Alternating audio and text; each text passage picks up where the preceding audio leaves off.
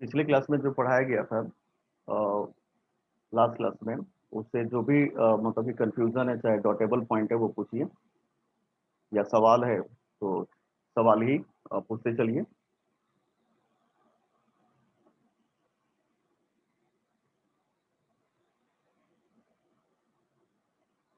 यदि टॉपिक पूछना है तो टॉपिक भी पूछ सकते हैं, या कोई सवाल पूछ रहा है तो सवाल भी पूछ सकते हैं।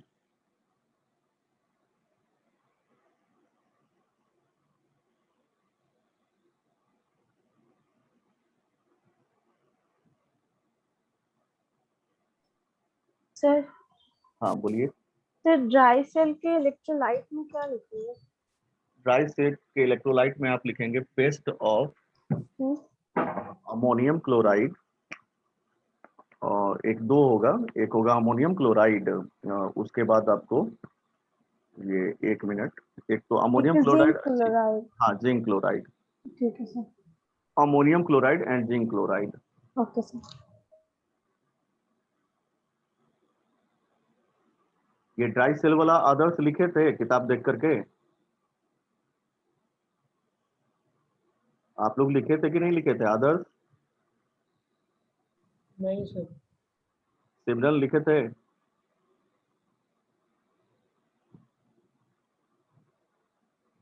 ड्राई सेल वाला ये जो कहा गया था, ड्राई सेल मरकरी सेल, सिमरन लिखे थे खुद से कि लिखा दें? नहीं सर, आवाज आपका कट रहा है, नेटवर्क कम है लग रहा है। तो इसमें क्या करें, लिखवा दें अंकिता? नो सर, लिखेंगे, लिखेगा। तो कंफ्यूजन पूछिए, पिछला सर पिछला। एक बार डिस्चार्जिंग और चार्जिंग बता दीजिए। डिस्चार्जिंग का मतलब होता है कि अब जैसे कि सपोज कीजिए कि यही ड्राई सेल वाला ही केस है। देखिए, मतलब ड्राई सेल में तो खैर सिर्फ डिस्चार्जिंग होगा, मैंने चार्जिंग नहीं होगा।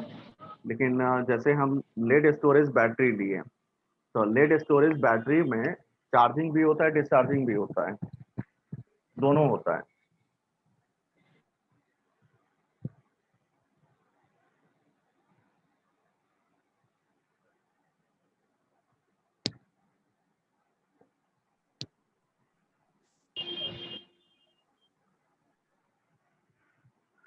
देखिए, दो शब्द है, चार्जिंग और डिस्चार्जिंग।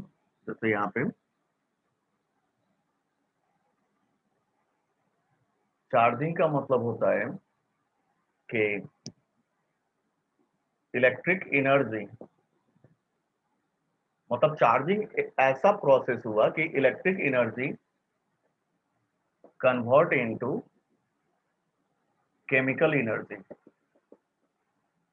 और डिस्चार्जिंग का मतलब होता है उल्टा। डिस्चार्जिंग का मतलब होता है कि केमिकल एनर्जी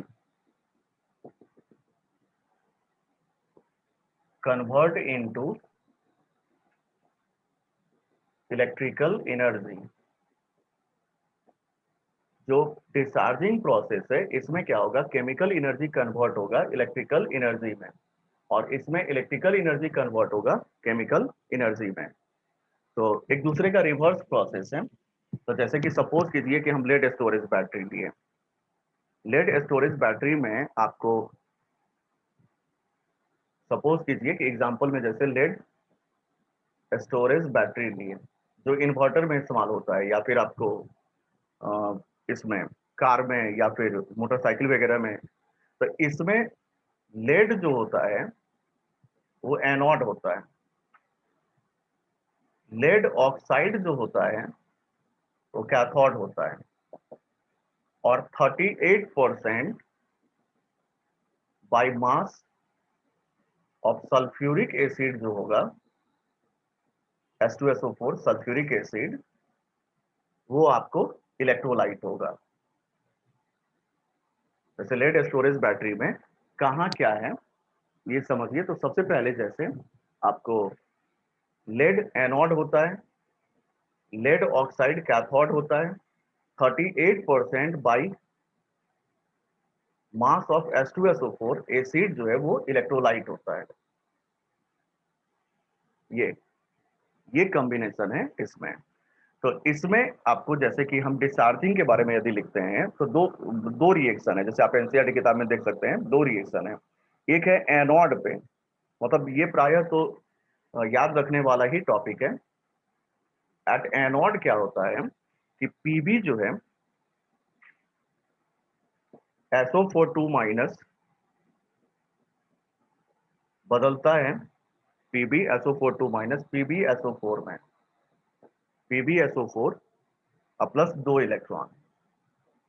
ये डिस्चार्जिंग का जैसे रिएक्शन लिख रहे हैं, ये जो रिएक्शन है डिस्चार्जिंग का, तो ये एनोड पोल पे, और वहीं कैथोड पोल पे आप जैसे कि एनसीईआरटी में देख सकते हैं कि कैथोड पोल पे क्या रिएक्शन हो रहा है, तो इस तरह से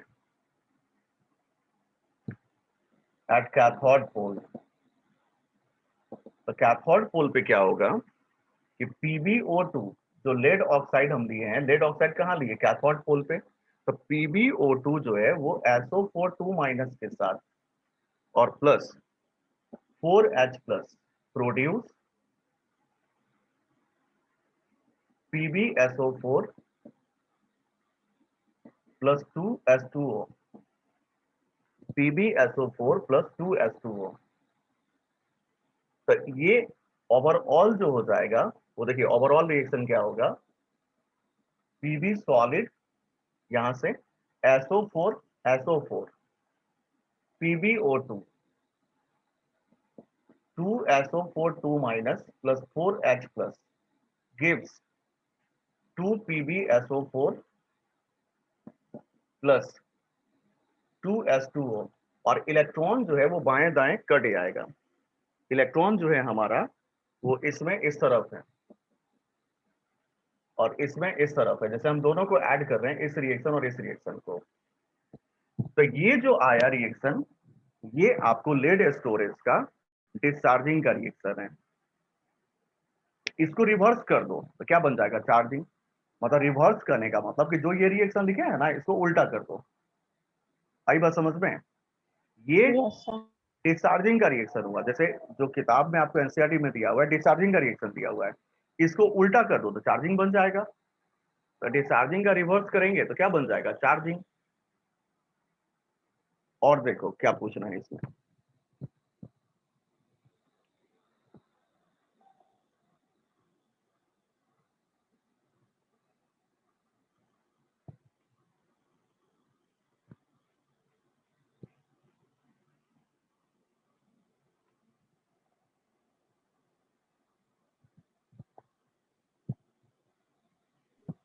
निकल कैडमियम सेल में एनोड और कैथोड रिएक्शन नहीं दिया है। हाँ तो उसमें जो है जैसे ये एनोड के लिए तुमको हो जाएगा कैडमियम का कैडमियम ऑक्साइड में बदलना, सीडी का सीडीओ में। तो देखो सीडी से CD2 प्लस बना, कैडमियम जैसे ऑक्साइड है उसमें क्या बन रहा है, CD2 प्लस, तो ऑक्सीडेशन हो गया। और एनआई पहले 3 प्लस है, ध्यान से देखो, जैसे इसको तोड़ के लिखना है ना तो तुम खुद से भी लिख सकते हो। ऑक्सीडेशन हो गया हम लोग का एनोड रिएक्शन, और रिडक्शन हो गया कैथोड रिएक्शन। तो कैडमियम का CDO में बदलना, कैडमियम ऑक्साइड में एनोड रिएक्शन हो गया, और NiOH3 का NiOH2 और वाटर में बदलना कैथोड रिएक्शन हो गया। बात समझे, इस तरह से anode reaction and cathode reaction लिख करके बोर्ड पे समझा दें। नहीं सर, हो जाए। और इसमें देखिए और क्या पूछना है, सर लॉग टेबल बता दीजिए ना। लॉग टेबल देखना बता दें। चलिए सिंपल यस सा चीज जैसे सर कि एक सेकेंड लॉ भी सर बता दीजिए। फेराडे फैराडे सेकेंड लॉ, वाला। Yes, sir.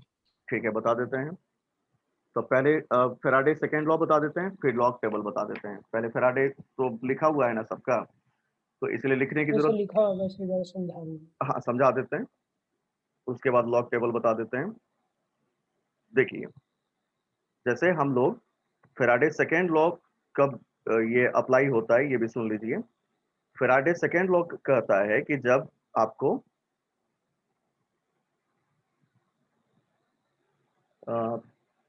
Same electric current pass करे, पहले तो देखिए शब्द पे ध्यान दीजिए, सेम इलेक्ट्रिक करंट पास करे आपको, तो उस केस में ये तब संभव है डिफरेंट इलेक्ट्रोलाइटिक सेल से। देखिए फेराडे जो लॉ है वो क्या है समझिए, सेकेंड लॉ, सेकेंड लॉ के बारे में जैसा कि पूछे तो देखिए सेकेंड लॉ क्या है,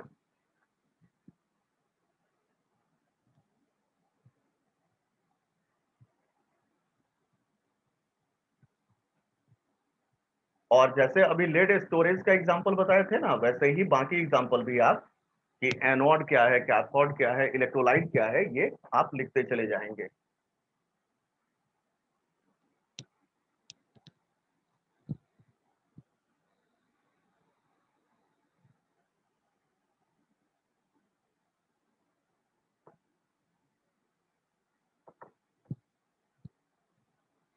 देखिए फैराडे सेकेंड लॉ कहता है कि जब एक से ज्यादा डिफरेंट इलेक्ट्रोलाइटिक सेल से सेम इलेक्ट्रिक करंट पास करे, जैसे कि हम दो इलेक्ट्रोलाइटिक सेल लिए, चाहे हम 3 ले लिए, तो सेम इलेक्ट्रिक करंट तभी पास कर सकता है, सिंपल सा रूल है, सेम इलेक्ट्रिक करंट तभी पास कर सकता है जब सीरीज में हो। मतलब जब ये सीरीज में है तभी सेम इलेक्ट्रिक करंट पास करेगा। मतलब पहली बात तो आपको ये ध्यान रखना है कि सीरीज कॉम्बिनेशन में ही फैराडे लॉ अप्लाई होता है। मतलब जब सीरीज कॉम्बिनेशन में हो तभी फैराडे लॉ जो है सेकेंड लॉ अप्लाई होगा। अब मान लो ये सेल ए है, ये बी है, ये सी है, इसमें जो ए का डिपोजिटेड मास हो रहा है कैथोड पे, इसमें जो बी का डिपोजिटेड मास हो रहा है, और इसमें जो सी का डिपोजिटेड मास हो रहा है, ये इक्विवेलेंट वेट का डायरेक्टली प्रोपोर्शनल होगा।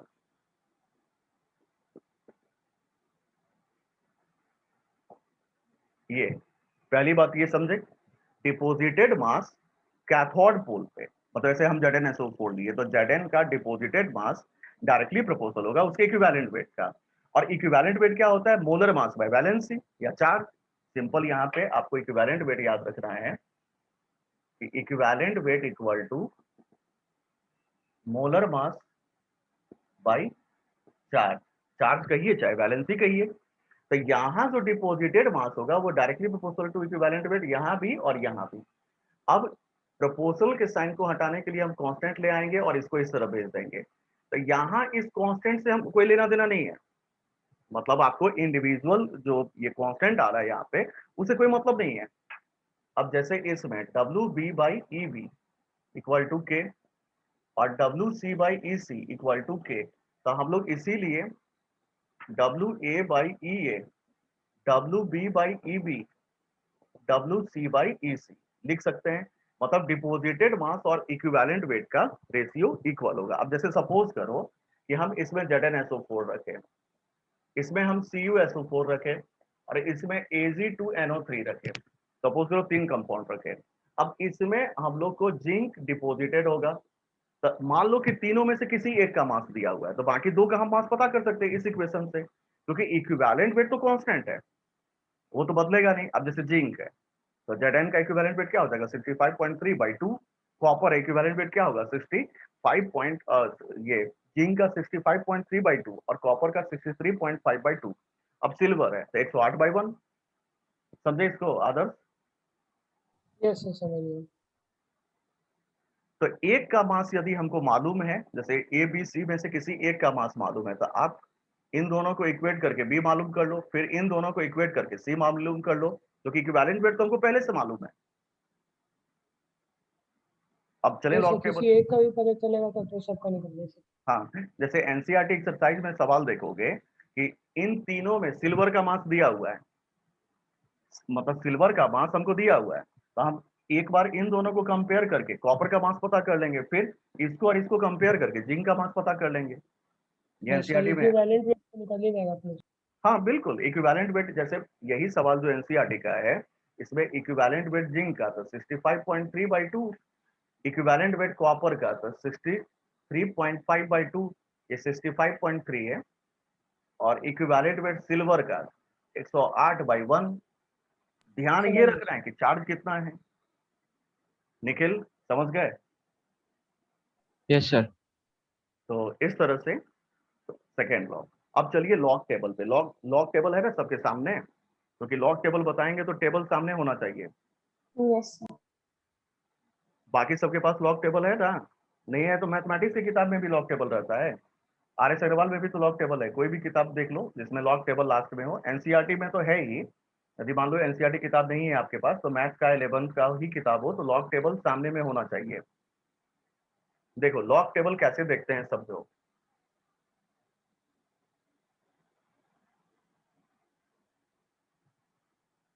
सबसे पहले लॉग का वैल्यू देखने के लिए हम लोग को, जिसका भी लॉग का वैल्यू देख रहे हैं उसको पहले साइंटिफिक नोटेशन में लिखो। देखो कोई भी लॉग है तो लॉग का वैल्यू कैसे देखते हैं समझो। पहला स्टेप है right the given number in scientific notation. पहला स्टेप होगा कि जिसका भी लॉग का वैल्यू देखना है उसको a इंटू 10⁻b के फॉर्मेट में लिखो साइंटिफिक नोटेशन में। इसमें a के वैल्यू पे कंडीशन है कि a का वैल्यू 1 से 10 के बीच में होना चाहिए। 1 के बराबर हो सकता है लेकिन 10 के बराबर नहीं हो सकता, ध्यान रखना। लॉग टेबल देखने के लिए सबसे पहला काम होगा कि आप दिए हुए नंबर को साइंटिफिक नोटेशन में लिखो। तो मतलब हमारे पास साइंटिफिक नोटेशन में लिखने के बाद ये फॉर्मेट आया। अब इस फॉर्मेट को तोड़ करके हम लोग log a plus log 10⁻b लिखेंगे। तो log a plus 10 log b, sorry b log 10, power आगे चला जाएगा। log 10 का वैल्यू 1 होता है। तो अब बचा हम लोग को log a और प्लस b, मतलब ये b इंटू 1। तो इसके लिए हम लोग लॉग टेबल का इस्तेमाल करेंगे। पहले 2 डिजिट को अभी थोड़ा सा समझने की कोशिश कीजिए, जब तक एग्जांपल नहीं देंगे पूरा क्लियर नहीं होगा। First 2 digit are consider as n। पहले 2 डिजिट को n कंसीडर करो। Value of its third digit obtain from first table and value of fourth digit obtained from second table। Third digit का value हम लोग कहां से ऑब्टेन करेंगे? पहले टेबल से। ये पहला टेबल और दूसरा टेबल क्या बोल रहे हैं, तो थोड़ा सा बस 1 मिनट वेट कीजिए, समझा दे रहे हैं। From second table and then, उसके बाद क्या करो, and then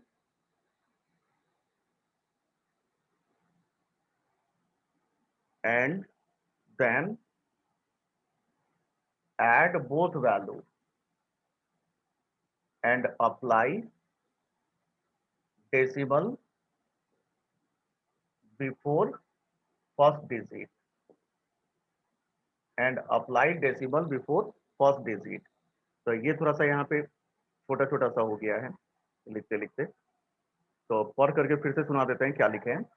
first 2 digit are, इसमें लॉग ए में जो ए है उसके फर्स्ट 2 डिजिट को कंसीडर करो n। value of its third digit obtained from first table and value of fourth digit obtained from second table and then add both value। तब दोनों को ऐड कर दो और डेसिमल पहले डिजिट से पहले लगा दो। अब थोड़ा सा इसको टेबल को देखो ध्यान से। पहले टेबल को देखो क्या लिखा हुआ है, कैसे लिखा हुआ है, पहले टेबल को समझो। टेबल देखो ऐसे लिखा हुआ है, सबसे ऊपर n लिखा हुआ होगा, उसके बाद 0 1 2 होते हुए 9 होगा। अब फिर 1 से शुरू करके 2 बार होगा, ध्यान से देखो 9 तक। तो ये जो 0 से लेकर के 9 है इसको हम फर्स्ट टेबल बोल रहे हैं, और 1 से लेकर के जो 9 है इसको हम सेकेंड टेबल बोल रहे हैं। और ये n यहाँ लिखा हुआ है, n होगा चाहे a होगा चाहे x होगा। पहले समझे टेबल कैसे बना हुआ है। 2 बार 0 से लेकर के आपको n तक है, मतलब पहले 2 बार टेबल है। ये पहले तो n लिखा हुआ होगा, 0 से लेकर के 9 तक हमने फर्स्ट टेबल कहा, और अगेन फिर से जो 1 से लेकर के 9 तक है ये सेकेंड टेबल है। मतलब 0 से 9 फर्स्ट टेबल और फिर 1 से लेकर के 9 सेकेंड टेबल, 2 टेबल है इसमें। अब आगे जैसे समझो क्या करेंगे, जैसे इस तरह से लिखा हुआ है log 2567 का हमको वैल्यू दिख रहा है। अब देखो यहाँ पे ध्यान दो, log 2567 का वैल्यू दिख रहा है। तो पहला स्टेप हमने क्या कहा कि साइंटिफिक नोटेशन में लिखो, मतलब जो गिवन नंबर है उसको साइंटिफिक नोटेशन में लिखो। तो इसको साइंटिफिक नोटेशन में लिखने के लिए हम लोग को ऐसे लिखना पड़ेगा, मतलब दशमलव यहाँ है तो दशमलव को डिस्प्लेस करके यहाँ पहुंच जाएंगे 10⁻³ आया समझ में। पहला काम क्या होगा, साइंटिफिक नोटेशन में लिखना। अब इसको तोड़ दो, तो log 2.567 प्लस log 10⁻³ तो 3 log 10, log 10 का वैल्यू 1, log 2.567। अब चलो अंकिता, टेबल है ना सामने, यस सर। तो ये तो 3 आ गया। अब इसमें बताओ फर्स्ट 2 डिजिट क्या है, 2567 में फर्स्ट 2 डिजिट 25। हाँ, तो उस n के नीचे 25 पे पहुंचो, पहुंचे, यस सर। n के नीचे 25 पे पहुंचे। हाँ अब सर। 0 1 2 3 से शुरू करते हुए 6 के सामने देखो क्या वैल्यू लिखा हुआ है, मतलब 6 के नीचे और 25 के सामने क्या वैल्यू लिखा हुआ है, 4082। 4082 82। साइड में लिख देंगे। आई बात समझ में। यस। अब फोर्थ डिजिट क्या है इसका, 7। तो अगले टेबल में 25 के सामने 7 के नीचे वैल्यू देखो, सर 12। दोनों को क्या करना है, ऐड। ऐड कर दिए। तो 2 2 4 8 1 9 0 4, दशमलव कहाँ अप्लाई करना है, फर्स्ट डिजिट से पहले की बाद में। डेसिमल कहाँ अप्लाई करने के लिए कहा जा रहा है, apply decimal before before first digit. First digit से पहले। तो यहाँ पे दशमलव अप्लाई कर दिए, अब ये उठा करके यहाँ रख दो 0.4094, दोनों को ऐड करो 3.4094, ये आ गया इसके लॉग का वैल्यू। दोबारा फिर से समझो दूसरे एग्जांपल से।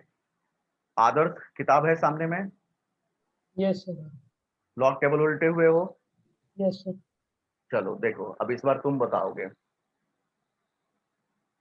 हम लोग को लॉग 0.000456 का वैल्यू पता करना है। हाँ एक बात ध्यान रखना, लॉग टेबल अप्लाई 4 ही डिजिट तक होता है, 5वां डिजिट को हटा दोगे अप्रोक्स कर लोगे। अब इसमें हम लोग को दशमलव यहाँ पे है, पहला काम है इसको साइंटिफिक नोटेशन में लिखना। तो आदर्श बताओ साइंटिफिक नोटेशन में कितना लिखेंगे, सर 4.56 इंटू हाँ ठीक है, 10⁻, 10 बोलो, पावर माइनस 4 हाँ जीरो, मतलब -4। हाँ देखो, दशमलव को इधर शिफ्ट करोगे जितना डिजिट उतना माइनस पावर बढ़ेगा, तो -4 हो जाएगा। 1 2 3 4, और दशमलव को इधर शिफ्ट करोगे इस तरफ तो प्लस पावर बढ़ेगा, इस तरफ शिफ्ट करोगे तो माइनस पावर बढ़ेगा, और उस तरफ शिफ्ट करोगे तो प्लस पावर बढ़ेगा। हम इधर शिफ्ट किए, चलो अब इसको छोड़ करके log 4.56 अब प्लस log 10⁻⁻4, तो ये घटा करके -4 आ जाएगा, पावर आगे यस चला जाएगा। अब इसमें बताओ फर्स्ट 2 डिजिट क्या है, 45 होगा सर, तो इसमें 45 पे लाइन पे 6 को ढूंढेगा। हाँ 45 का 6 ढूंढो कितना है,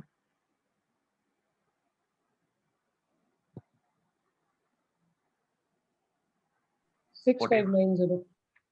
45 का 6 क्या, हाँ बोलो कितना देखें, 6590 सर।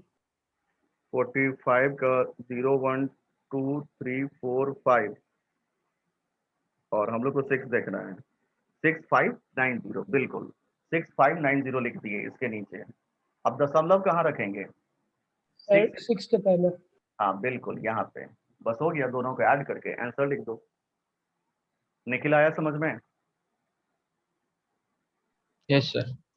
सर लेकिन वो छोटा वैल्यू जैसे log 5 या फिर log 3 का, ये सब का वैल्यू कैसे फाइंड? हाँ बता रहे हैं बता रहे हैं। अब चलो log 5 का ही बताते हैं। चलो log 5 देखो कैसे देखेंगे, इस तरफ इरेज कर रहे हैं। अब देखो log 5 जैसे निखिल पूछा कि कैसे देखेंगे, समझो लॉग सर 5, हाँ बोलो।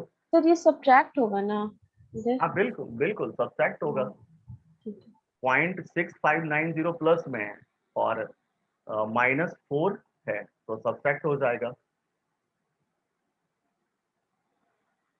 चलो, निखिल पूछा कि log 5 का वैल्यू क्या होगा। तो log 5 जो है ऑलरेडी 10 से कम है, तो इसको साइंटिफिक नोटेशन में लिखने की जरूरत नहीं है। अब ये बताओ निखिल कि इसको हम ऐसे लिख सकते हैं कि नहीं। Yes sir. तो पहला 2 डिजिट क्या आया?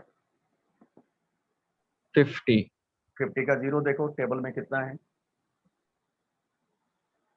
50 का 0 देखो टेबल में कितना है।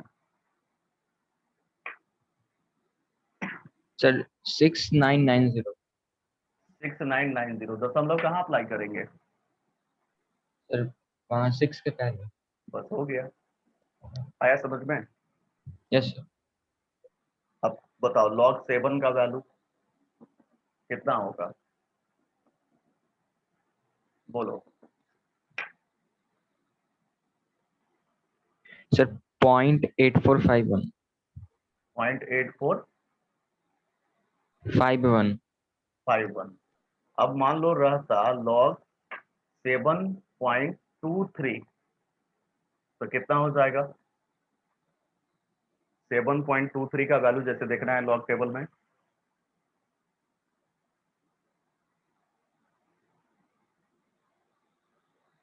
सर 0.8591। 8591। सिमरन आया समझ में? Yes sir. तो चलो log 11 का वैल्यू तुम बता दो, 11 का वैल्यू कैसे देखेंगे?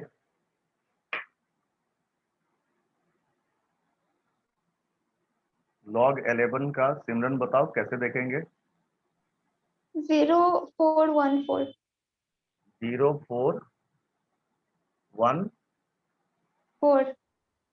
0414। अंकिता बताओ सही है? मुझे वो 1 भी ऐड होगा ना? हाँ क्योंकि अब सिमरन चलो देखो फिर से, ये ऐसे तो तुमने देखा वो गलत देखा, ये साइंटिफिक नोटेशन में है ही नहीं क्योंकि 10 से आगे है।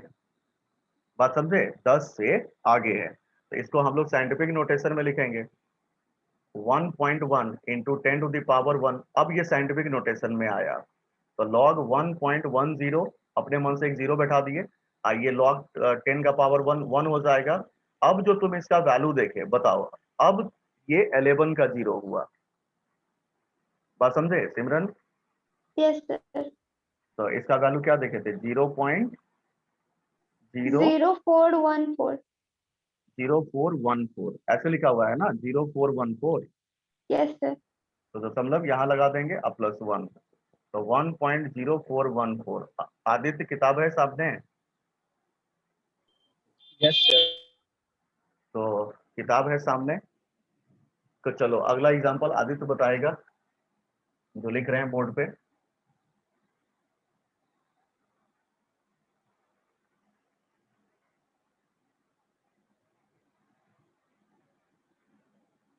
देखिए जैसे ये वैल्यू है 78529। चलो आदित्य इसको बताओ साइंटिफिक नोटेशन में कितना लिखेंगे पहले, बोलो लॉग कितना लिखेंगे साइंटिफिक नोटेशन में? 78529 है, 78529 है। 7.859 7.8529 into 10 हाँ to the power 4। हाँ बिल्कुल, दशमलव यहाँ है और हम लोग 4 डिजिट शिफ्ट किए। तो अभी हमने कहा था कि लॉग टेबल हम लोग 4 ही डिजिट तक देखते हैं, तो इसमें तो 5 डिजिट है तो 5वां डिजिट को क्या करेंगे? अप्रॉक्स कर देंगे। तो बताओ आदित्य अप्रॉक्स में इसको क्या लिखेंगे? 52 के बाद, मतलब 85 के बाद 853। हाँ 3, और ये तो हो गया log 10 का पावर 4, तो 4 आगे चला गया। अब बताओ आदित्य 78, इसका पहला 2 डिजिट 78 है तो 5 और 3 का वैल्यू देख करके बताओ। 78 में के सामने जाओ, 5 के नीचे देखो और फिर सेकंड टेबल में 3 के नीचे देखो और लिखाओ वैल्यू क्या क्या देखे। सर 8949। 8949 और 3 का सेकेंड टेबल में 2 सर 2, दोनों को क्या करना है, ऐड ऐड करना है। तो 9 2 11, 5 9 8, दशमलव यहाँ लगा दिए, तो 0.8951 और दोनों को ऐड कर दिए 4.8951। हर कोई समझ गए लॉग टेबल देखना। सर। एक कंफ्यूजन है थोड़ा सा सर, ये 2 कहाँ से लिखे क्या 2 कहाँ से लिखे? सर? 8949 के बाद जो 2 ऐड किया। टेबल है तुम्हारे पास? हाँ सर 78 का 5 देखो क्या है। 78 का 5 तो है सर 8949। और सेकंड टेबल में फिर उसके नीचे देखो तो ये फोर्थ डिजिट क्या है हमारा, 3 है ना, तो 3 के नीचे देखो क्या है, 3 के नीचे 2 है। 2 टेबल है ना तुम्हारे पास बना हुआ हाँ सर जीरो। समझ गया समझ गया समझ गया। जैसे फोर्थ डिजिट का वैल्यू सेकंड टेबल से और थर्ड डिजिट का वैल्यू फर्स्ट टेबल से, दोनों को ऐड करते हैं और लिख देते हैं। समझ गया सर। अब इसमें किन्हीं को कंफ्यूजन है तो बात कर सकते हैं। अंकिता समझ गए? सर वो जो 8529 है, तो सर 29 को राउंड फिगर करके 3 लिखा है। आ, कहाँ ये? Yes sir. हाँ, क्योंकि हम लोग लॉग टेबल 4 ही डिजिट पर देखते हैं ना। यस अब सर। पांचवा छठा डिजिट जो भी आएगा उसको अप्रोक्स कर दोगे। Okay sir.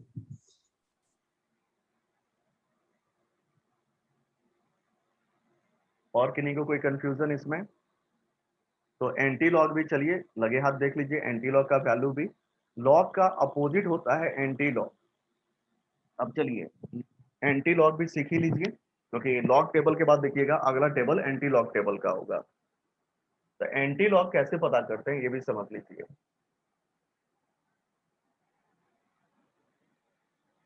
यदि आपको सिर्फ इंटीजर पार्ट हो नंबर में और फ्रैक्शन पार्ट नहीं हो, मतलब जैसे एंटी लॉग आपको इंटीजर का देखना है, एंटी लॉग इंटीजर का, तो आप इसको सीधे 10 का पावर इंटीजर लिख सकते हैं।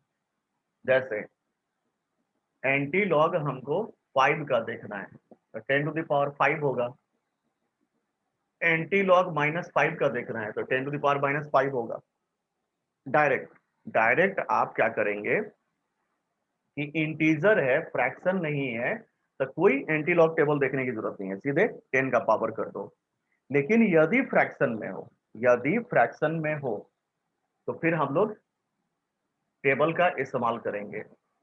तो फॉर फ्रैक्शन, फ्रैक्शन के लिए यहां पे भी रूल वही रहेगा, फर्स्ट 2 डिजिट्स आर कंसीडर, मतलब जो लॉग टेबल में रूल था ना वही यहां भी होगा, लेकिन यहां फ्रैक्शन के लिए होगा। जैसे अब ये है 4.8591, तो ये 4 जो है इसको तो 10 का पावर 4 लिख देंगे हम डायरेक्ट। आ रही है बात समझ में? निखिल समझ रहे हो क्या बोले? Yes sir. दशमलव से पहले जो है उसको सीधे डायरेक्ट 10 का पावर लिख दो, 10 का पावर 4 5 जो भी है।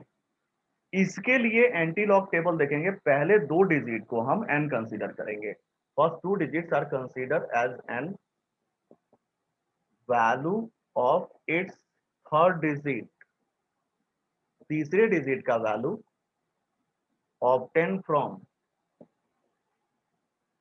फर्स्ट टेबल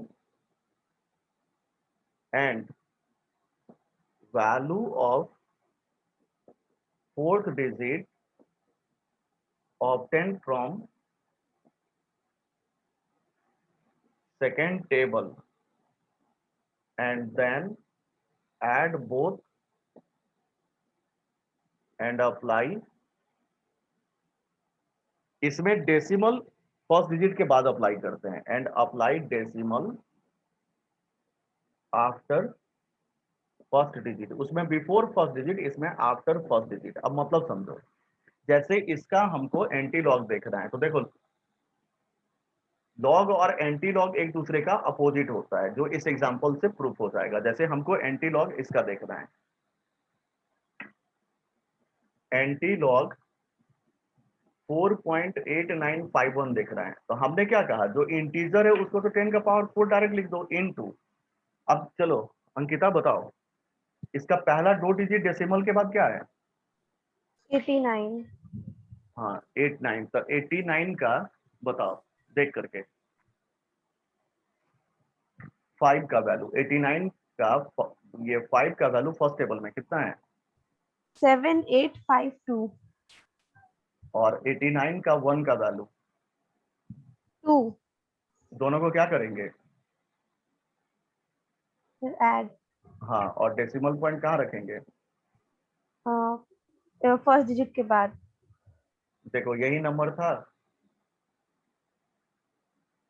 एग्जैक्ट नहीं आया, फोर्थ जो डिजिट है वो चेंज कर गया, वो देखो एक एक डिजिट चेंज करेगा, ये बात ध्यान रखना। एक डिजिट कभी बढ़ सकता है या कभी घट भी सकता है, लेकिन देखो अप्रॉक्स में तो सेम आ गया ना। यस। तो last digit vary may be कर सकता है, हमेशा जरूरी नहीं है वैरी करे, लेकिन मे बी वैरी कर सकता है। निखिल समझे? Yes sir. आदर्श समझ गए? यस सर समझ गए। Aditya?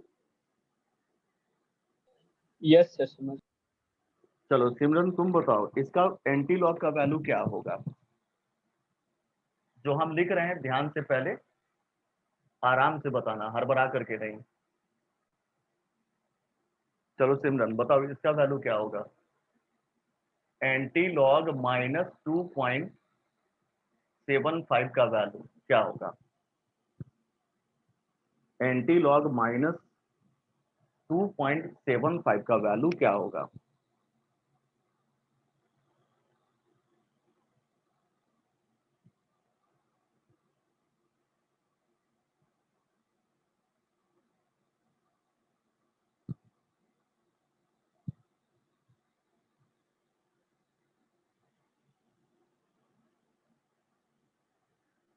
Sir, 5623 into 10 to the power -2. चलो सीख लो।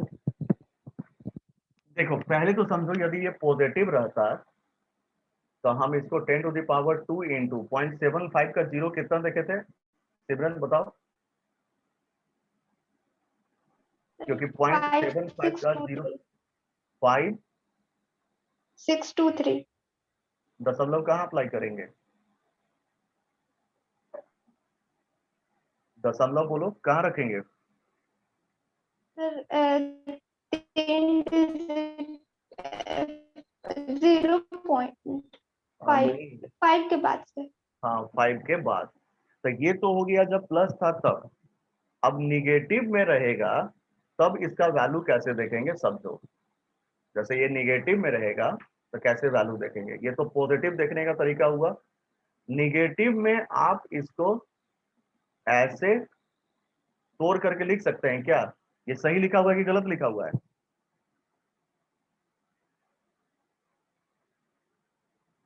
अंकिता ये सही गलत लिखा हुआ? हाँ, तो इसका सही हमको यदि लिखना है तो क्या करना पड़ेगा? आगे बढ़ना पड़ेगा है।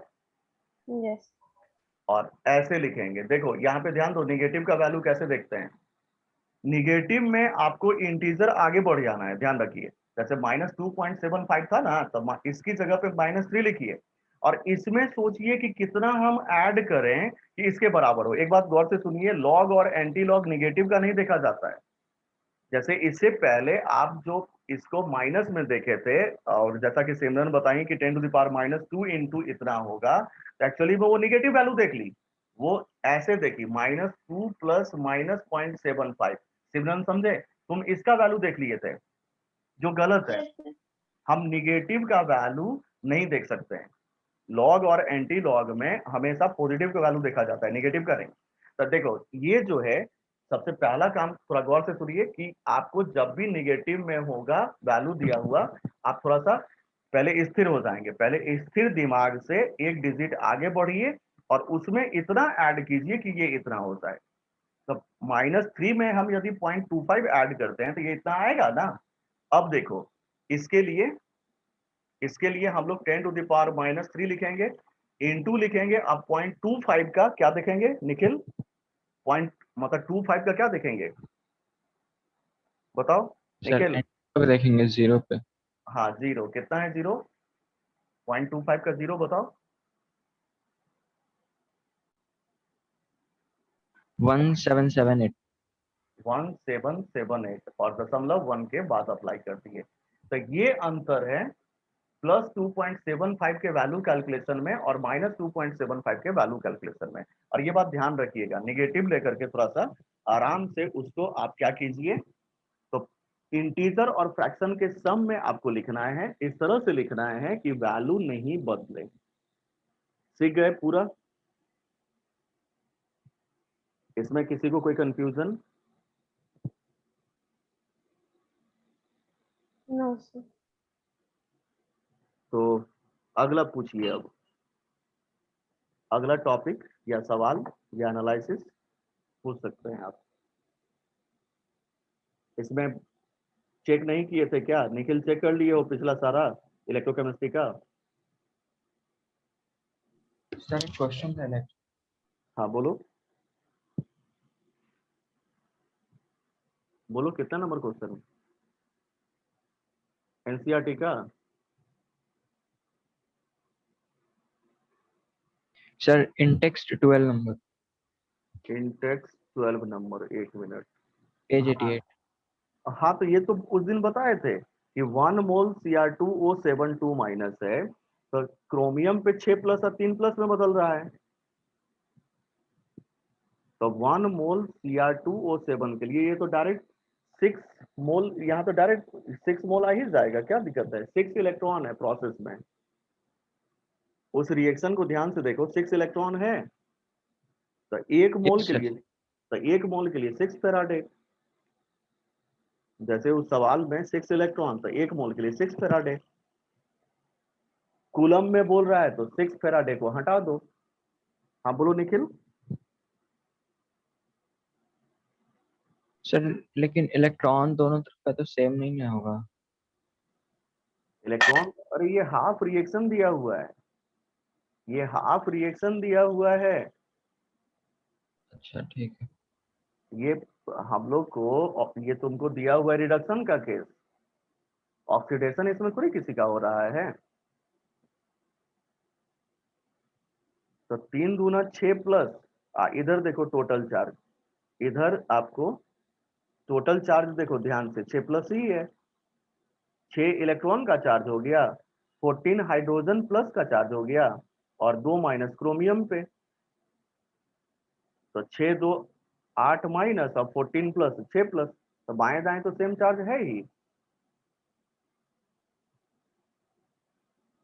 ओके सर बन जाएगा। अगला पूछिए, अगला पूछिए, नहीं तो फिर ये यदि नहीं चेक किए हैं तो टाइम ले लीजिए, चेक करके पूछिएगा। यदि सवाल नहीं चेक किए हैं, चाहे टॉपिक नहीं चेक किए हैं, तो चेक कर लीजिएगा। सर वो जो असाइनमेंट दिए थे उसमें एक डाउट है। असाइनमेंट वाला डॉट, अब उसके लिए तो फाइल देखना पड़ेगा। उसको नहीं होता है तो आ करके पूछ लेना ना सेंटर पे। ओके सर, उसमें बस दिया था कंस्ट्रक्ट द सेल्स करके क्वेश्चन था, तो इसमें मतलब क्या करेंगे, इसमें डायग्राम बनाना है। डायग्राम बनाओ, चाहे फिर रिएक्शन के फॉर्मेट में लिख दो। जैसे रिएक्शन के फॉर्मेट में भी लिख सकते हो, कोई जरूरी नहीं है डायग्राम बनाना। जैसे एनोड पे क्या रिएक्शन हो रहा है, कैथोड पे क्या रिएक्शन हो रहा है, लिख करके उसको मतलब सॉल्व कर सकते हो। सर रिएक्शन दिया है उसमें, तो बस बोला कंस्ट्रक्ट द सेल। हाँ मतलब उसमें पहचान करना है एनोड क्या है, कैथोड क्या है, इलेक्ट्रोलाइट क्या है। ठीक है सर। उसमें पहचान करके बता दो कि हाँ ये एनोड है, ये कैथोड है। Okay sir. और कोई कंफ्यूजन किन्हीं को? तो इसको चेक कर लीजिएगा। और ये असाइनमेंट वगैरह का जो भी प्रॉब्लम है ना, वो सेंटर पे भी आकर के डिस्कस कर सकते हैं। मान लीजिए सेंटर पे नहीं आना चाह रहे हैं, तब तो फिर वो असाइनमेंट थोड़ा सा हमको फाइल नहीं होगा तो हम पहले से फाइल ओपन करके रखेंगे अगले दिन, और आप ये पूछते चले जाइएगा। वैसे अगले दिन नया चैप्टर भी शुरू कर देंगे। ठीक है सर। ठीक है निखिल, और कुछ पूछना है? आदर, नो सर। सिमरन, नो सर। तो चलिए इसको चेक करके रखिएगा। अगले दिन सॉलिड स्टेट शुरू करेंगे। पहले सॉलिड स्टेट, उसके बाद ये फिजिकल का केमिकल काइनेटिक लास्ट चैप्टर। चलिए तो हम लॉग आउट कर रहे हैं, आप लोग इसको बना करके अगले दिन इसमें बताते हैं।